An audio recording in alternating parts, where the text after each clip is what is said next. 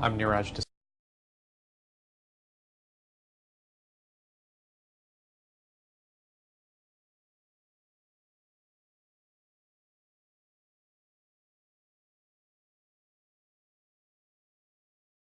I am a transplant surgeon here at Johns Hopkins in the Department of Surgery, and I'm the director of the Kidney and Pancreas Transplant Program. The pancreas transplant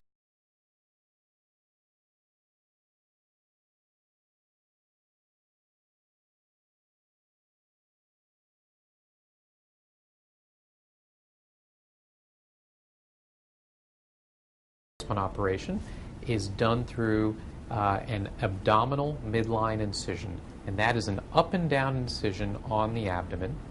We connect the artery and the vein that both supply the blood to the pancreas and return the blood back to the body. And then once we allow the blood flow into the pancreas, we have to connect a small piece of intestine that comes with the pancreas organ to the patient's intestine to allow drainage of the exocrine material into the patient's body. Previously, people would connect that to the bladder, but we really don't do that procedure anymore because the patients tolerate it being connected to the intestines much better. It's not associated with long-term complications like connecting it to the bladder.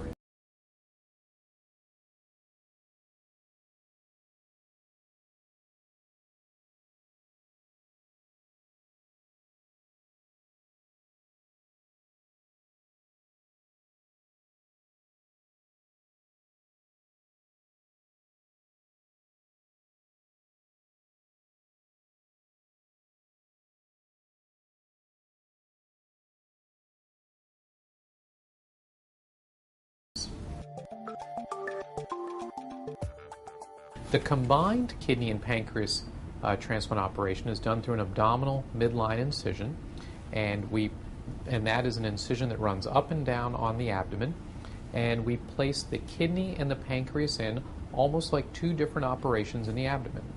Typically, we'll put the kidney in first, allow the blood flow back into the kidney, and let it start working, and then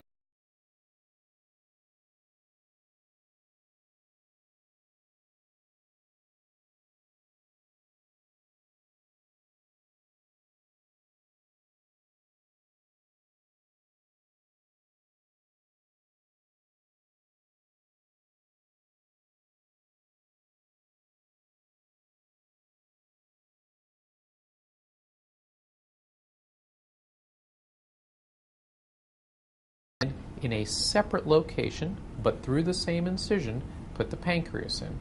So the patient wakes up having had two operations done on the inside, but through one incision, and both organs are hopefully functioning immediately. They're making urine, the creatinine is coming down, reflecting kidney function, and the pancreas is making insulin, and the glucose has become normal. Pancreas after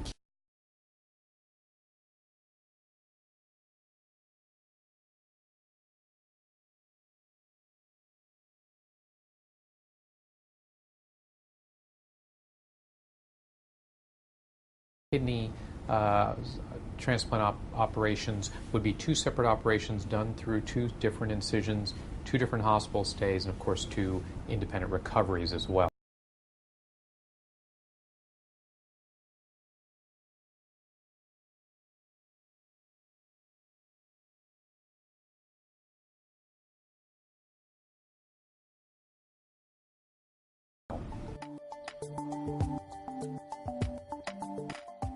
With the pancreas transplant alone, the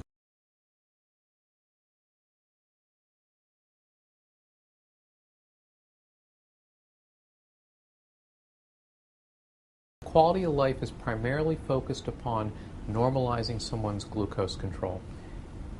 Patients who are typically undergoing a pancreas alone transplant have a very difficult quality of life from extreme difficulties in controlling their blood sugars. So they will run from being very low and having hypoglycemia, which can lead to passing out or seizures, having to call for emergency help, problems like that. and then alternatively swings towards the high end, where they end up with very high glucoses and have to end up being hospitalized for control of their diabetes. When the pancreas is successful, all their glucoses should become normal, and they avoid both the lows and the highs and have excellent glucose control.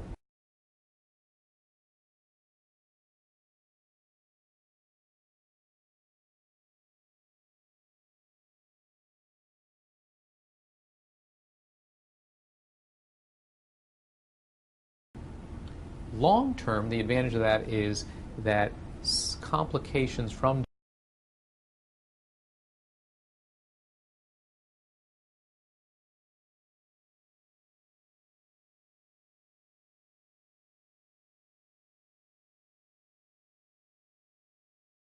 diabetes, what we refer to as secondary complications, are either reversed or minimized.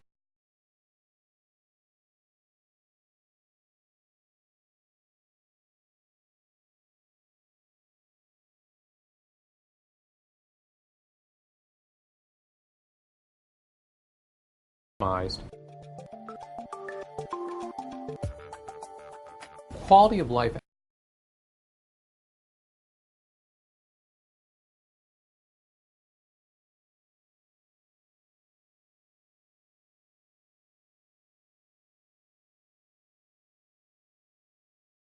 after the combined procedure is fantastic.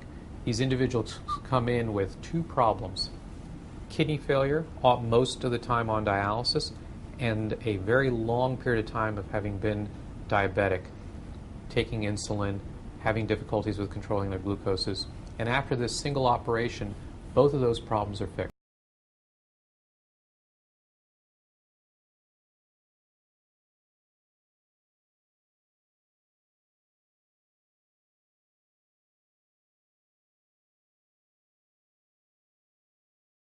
So they feel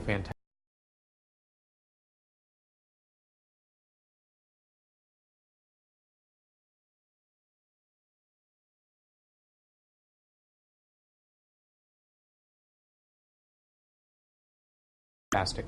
They're no longer on dialysis or impending about to go on. They no longer have to take insulin and having swings in their blood sugars and having normal control.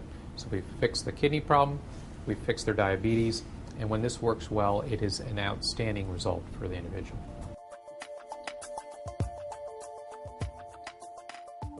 So individuals that receive a pancreas transplant can expect the organ to often last for 10 years or more on average. It is a very durable therapy.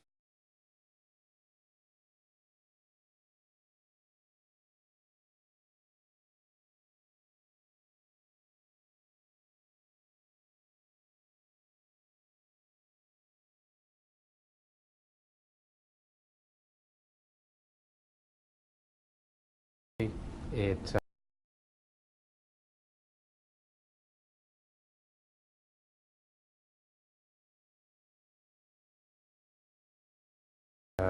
is able to function for many, many years.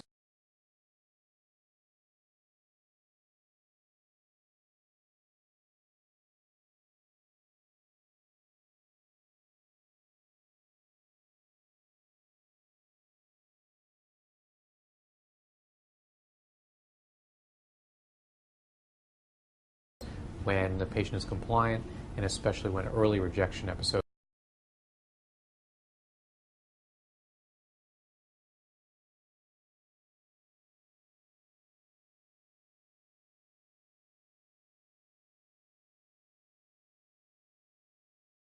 are avoided. Even from a deceased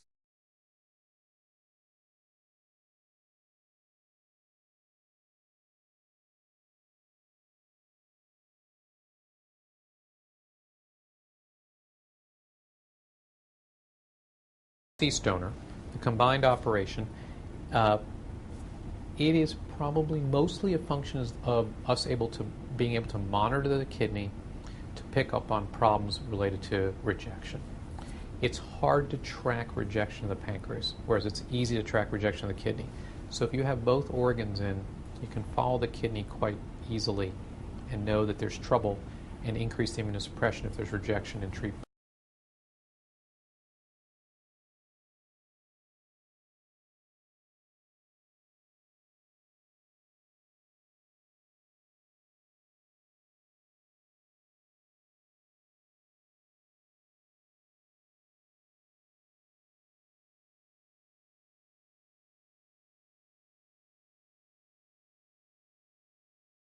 In both organs. It tends to correlate. So if you're having rejection in the kidney, you're typically having rejection in the pancreas. And that's at least an 80% correlation for those two. So initially, after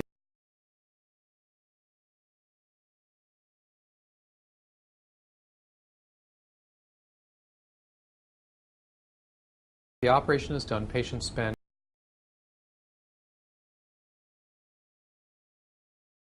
at least a week in the hospital and often a couple of weeks in the hospital.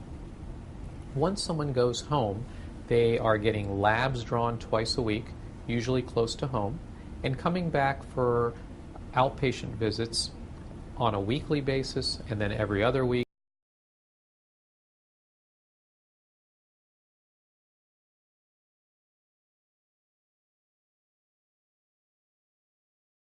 And then once a month.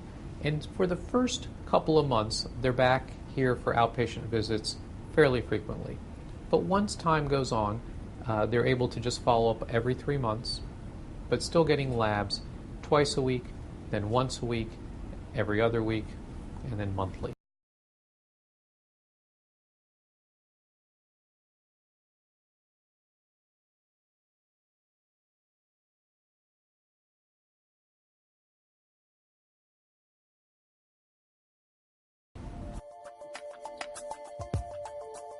So long-term follow-up, which I would say is after the first year, patients are seen once every 3 months in a doctor's office appointment and get labs drawn once a month.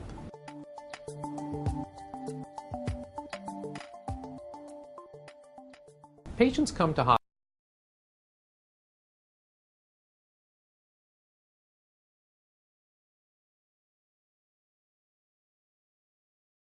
Hopkins to look into a pancreas transplant for several reasons. One, there's a big team of people here that are dedicated to taking care of transplant patients.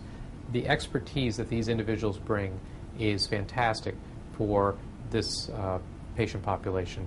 And this includes surgeons, medical physicians, nurse coordinators, nurse practitioners. Everyone together has had a lot of experience taking care of pancreas transplant patients, and as a result, that collective experience is great for helping someone through the operative procedure and then the post-operative recovery. A second reason that patients come to Hopkins to look into a pancreas transplant is the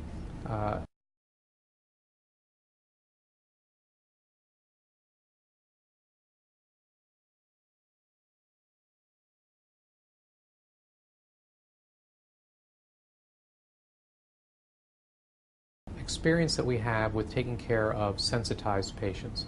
These are individuals that have antibody in their bloodstream, are often difficult to transplant, and the experience that has been gained in both the kidney and pancreas transplant populations that have antibody that makes transplantation difficult draws individuals here looking for a chance at transplant when they haven't been able to get that opportunity elsewhere because of these sensitization events that they've undergone in the past.